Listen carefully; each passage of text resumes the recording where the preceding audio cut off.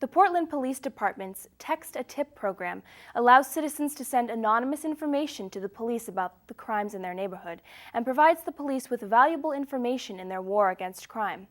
The program is 1 year old, and Tom talked with Acting Chief Michael Soschuk about how it has been going. Mike, thanks for joining us. Thanks for having me. Now that the program TextATip has been in existence for a year, we're talking about how it's been going. Could you just give a little bit of an idea or description of what the program actually is? Sure. About a year ago now, we were looking at other opportunities to interact with the community and looking at what's the latest technology. If somebody wanted to provide the police department with a tip, what's the best way to do that? And now text messaging is all the rage for everybody of all ages. So we started to do a research in more of that technology realm and found a company called TipSoft, which has a national program called TextATip. And we worked with some local community contributors, CD&M Communications, and some local business people, John Fanning, Art Gerard, and they were able to bring this here by donating money to that program and allowing us to utilize it for the year. What's involved with the program? I mean, I guess it isn't just a matter of just letting everybody know, okay, this is where you text any kind of tips to. Is there more involved in that? Yeah, actually, it's a very interesting program. But when you start talking about tips in general, whether it's over the phone or online, over websites, there's often a concern from the public that somehow there's no way that the government will allow this to be anonymous in nature. And the TextATip program truly is as anonymous as humanly possible. It's a system whereby if you tip the keyword gotcha, G-O-T-C-H-A, to 274-637. So that's 274-637, and on your regular handheld phone at the house, that would be crimes, and that number sequence. That it gets routed through Canada, and as soon as it crosses the border and reaches the servers in the Canadian business, it's automatically anonymous because they scrub and encrypt the messages before they ship it back to the States. And it's anonymous because under Canadian law, they don't allow outside entities or their own government to subpoena text messaging records. So by the time we get it, and it's just as fast as if I sent you a text sitting right next to you here, it's completely been scrubbed and encrypted, and there's no way that we'd ever be able to backtrack who sent us that text. Now, when you started the program, was there any fear that you'd be overwhelmed by a lot of bogus tips, and since they are anonymous?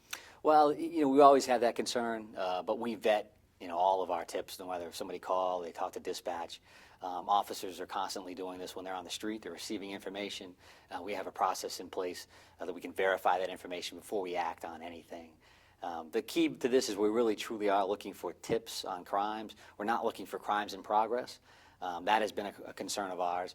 Somebody actively texting a message saying there's a crime that's currently taking place in a certain location of the city. Now, these texts go to dispatch, and they are actively reviewing these, but we would still prefer that somebody calls 911, obviously, if they're in danger or somebody else is in danger or there's some kind of crime in progress. So after the first year, would you say the program was a success? Absolutely. Crime fighting in general is really a team sport. If we're not working with the community hand in hand, then we're really fighting an uphill battle. And it's really a lot of fun to work with the community on these kind of events.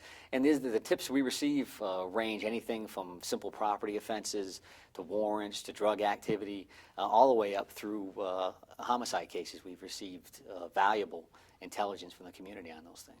Do you have any idea, any statistics on how many tips you've received and how many resulted in actual crimes being solved? Sure. Actually, as of a half hour ago, we were at 336 tips for the year, and actually our year anniversary is mid-September, so we've still got a pretty good month coming up here to close out the year pretty strong. From a statistical standpoint about what happened with these tips in reference to criminal investigations, that's a little harder for us to judge based on the database that we've been given. But what happens is these tips come in. There's a group of 4 or 5 primarily command staff members or division heads, like the head of the detective bureau. He'll receive all these tips every morning in real time as they come in, and then he'll forward those tips to the detectives or division who are currently working those kind of cases. So Maine Drug Enforcement would get drug tips, so we forward those directly to the representatives from Cumberland County or forever. And really the program has turned into a statewide program as well. We do get tips from outside the city of Portland, which is certainly fine with us.